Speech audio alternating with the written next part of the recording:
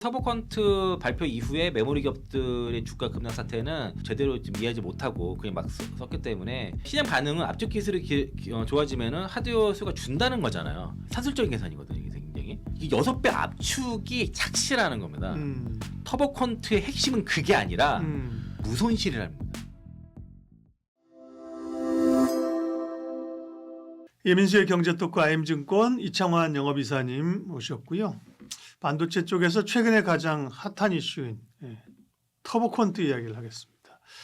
뭐 얘기는 많이 했습니다. 그죠? 6배가 이제 또 효율이 있는데 뭐 이제 산업의 악재가 아니라 호재다. 뭐 이런 얘기도 있었고. 근데 솔직히 정확히 뭔지 우리가 이해를 못 하기 때문에 그죠? 네. 그 로직이 거기에 대해서 오늘 좀 더 디테일하게 이사님 말씀해 주신다고 해서 기대합니다. 그러니까 사실은 터보컨트 때문에 반도체 빠진다는 거는 핑계라고 봐야 되겠고요. 그러니까 결국에는 그러니까 경기 침체라든가 경기 발전이 사실 그런 것 때문이에요. 그런 것 때문이고, 근데 이게 이제 많이 올랐으니까 그 어떤 차익실의 빌미가 됐던 것이고, 실제로 엔비디아랑 마이크론 차트 비교해 보면은 마이크론 최근에 빠진 거까지 감안하면 비슷합니다. 이제서 많이 올랐겠고 덜 빠졌기 때문에 차익 실현의 빌미가 됐다라고 볼 수 있겠고, 이런 그 구글의 터보컨트 발표 이후에 메모리 기업들의 주가 급락 사태는 이게 이제 그 언론이 그 AI 논문에 대해서 어떤 제대로 좀 이해하지 못하고 그냥 막 썼기 때문에 거의 해프닝 수준의 어떤 천국이라 볼 수 있겠고요.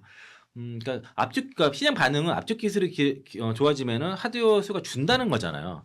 산술적인 계산이거든요, 이게 굉장히.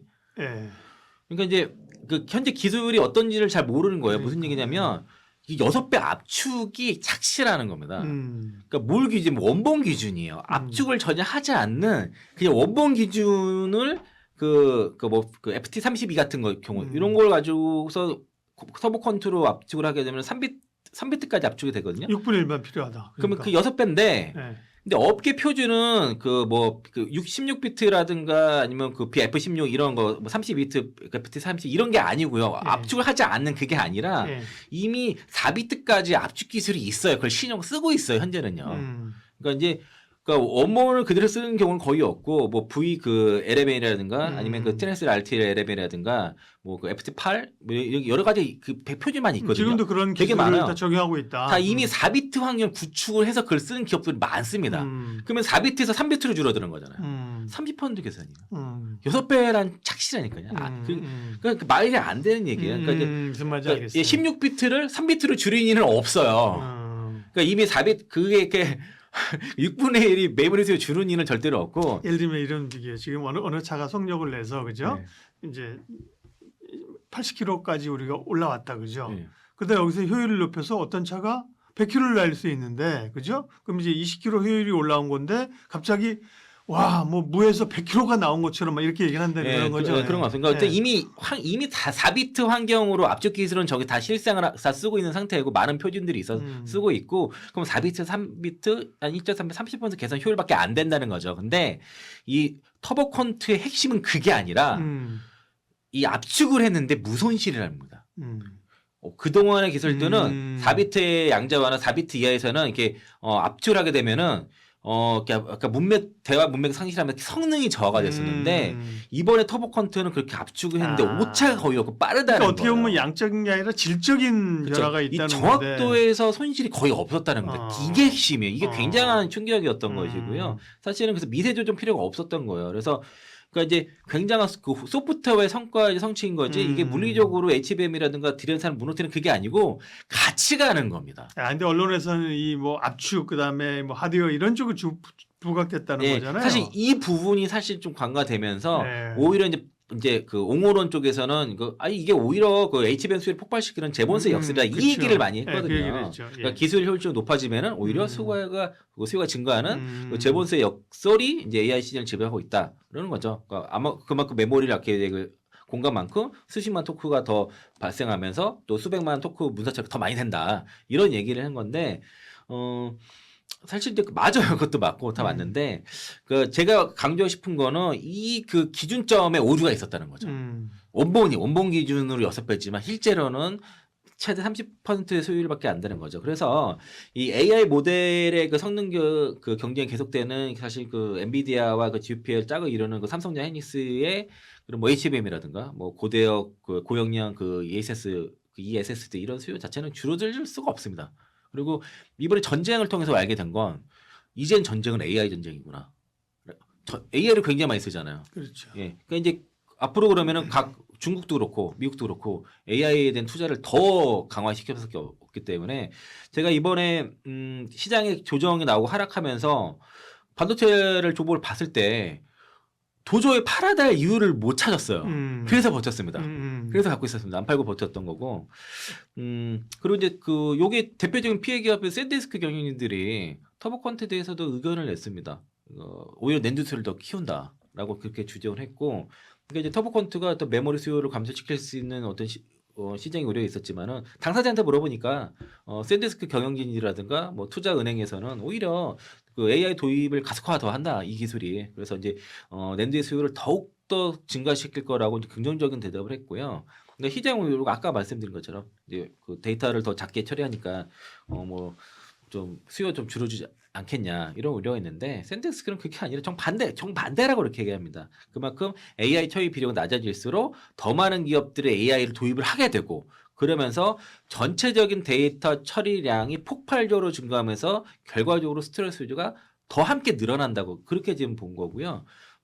실제로 그래서 그 샌디스크의 전망 자체도 그 AI 로드워크가 증가함에 따라서 기업력 그 ESS도 수요도 폭발적으로 가시적으로 높아지고 있다라고 그렇게 얘기하고 있고 그리고 그 하이퍼스케일러 중심으로 그러니까 그 대규모 데이터 센터잖아요. 그런 기업들이 중심으로 해서도 수요가 강세가 있는 거죠.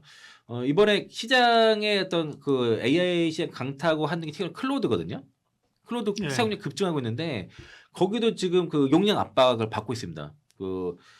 클라우드를 대여해서 쓰고 있는데 그 모델로와서 더 많이 써야 되는 상황이에요. 그래서 그 지연이 되고 하다 보니까 그래서 고객사들도 안정적으로 가격보다는 안정적인 공급 확보를 우선시하고 있기 때문에 낸드 가격도 계속 올라간다라고 볼 수 있겠고요. 어제 이제 그 샌디스크 주가가 폭발적으로 두 자릿수 급등한 것도 경기 그러니까 터보컨트 때 빠졌던 게 아니라는 게 좀 증명이 된 것이고 그리고 모건 스탠리 쪽에서도 이런 시장의 우려에 대해서 일축을 해버렸습니다. 그 샌디스크의 그 의견에서 동의를 했고 메모리라든가 스토리지 수요가 감소한다는 징후가 없다는 겁니다. 모건 스탠리 분석은 이런 초기 시장의 어떤 과도한 우려에 대해서도 손을 그었고 그리고 터보컨트는 기존 기술의 연장선에 있는 진화적 개선일 뿐이고 메모리 사용 감소는 일부 영향에만 국한된다고 그렇게 분석했습니다. 제가 이제 기준점의 오류에 대해서 말씀드렸잖아요. 원본 기준 6배지 실제로는 어깨 표준에 비해서는 최대 30% 정도 수준이다라고 좀 말씀을 드렸던 거고 그러니까 이제 그 AI 성능을 위해서는 압축 기술이 아니라 결과적으로 메모리가 더 많아야 돼요. 그래서 결과적으로는 그러니까 이 터보 컨트롤 기술은 어떤 그 메모리 수요 둔화를 할 수 있다. 이거는 기술안에 불과한 것이고 결과적으로는 비용을 절감해서 AI 생태계를 더 확장하는 그런다는 거고요. 이게 책상에 좀 비유를 하더라고 어떤 에서는 그러니까 책상에 이제 그 자료들이 많이 있는데 요약 노트를 막 책상에 막 쌓아놓는 거죠. 근데 너무 이제 많아지니까 이거를 다른 데다 옮겨 놓는 거예요. 더 옮겨 놓는 거, 압축해서 그런 것들이 이제 이게 이제 그게 이제 그 KV 캐시를 낸드에다 저장하는 이런 원리거든요. 근데 한쪽으로 빼놓으면은 나중에 이거를 찾기가 되게 어렵잖아요. 로딩이 걸리잖아요. 그런데 이제 터보 컨트는 이걸 더 빨리 로딩 없이 빨리 체크해 준다는 거죠. 그런 의미인데 사실은 그렇다고 전체 사용량 자체를 우리 책상 사용량을 줄이진 않잖아요. 전체 사용량을 줄이진 않다는 거죠. 아무리 그 압축을 한다고 해도 그런 게 있고 그래서 이제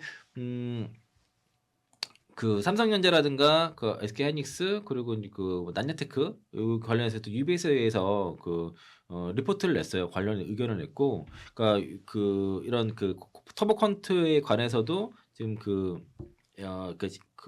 의견을 냈는데, 그러니까 아까 말씀드린 그대로인데 실제 메모리 수요에 영향 미치는 거는 거의 모건스탠이랑 마찬가지로 수요의 감소는 별로 없을 것 같고 과민 반응이다라는 그런 의견이고요. 오히려 이런 효율화가 AI 서비스 확산이라든가 컴퓨팅 지출 증대로 이어질 거라는 걸 같은 분석을 했습니다. 그러니까 지금 글로벌 IB들의 의견들은 전반적으로 이런 서브컨트 기술이 AI 생태계를 확장해서 오히려 메모리 사용량을 더 늘린다. 그렇게 일괄적으로 그렇게 다 얘기를 하고 있고 그래서 SK하이닉스, 삼성전자, 마이크론, 나냐테크에 대해서도 목가를 대체로 상향 조정을 했습니다.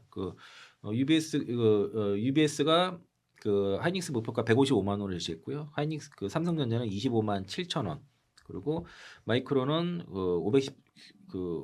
510달러인가요? 뭐 그렇게 제시를 했고, 그리고 나냐테크 같은 경우도 대만 달러로 340달러 이렇게 제시를 한 상태인데, 그 하이닉스 같은 경우는 이전 목표가 128에서 올해 상향한 거예요. 그 터보컨트가 공개돼서 조정을 받았음에 불구하고 오히려 128에서 125로 상향했고, 삼성전자도 일단 기존 표까지 확인을 못했는데 25만 7천 원을 상향한 겁니다. 그리고 나머지 기업들은 계속 유지를 한 거라서 결과적으로 그 터보컨트 이슈 자체가 이것 때문에 주가 빠지는 건 참 너무 아이러니 그냥 넌센스다, 코미디다 그렇게 보는 게 맞는 것 같습니다. 네.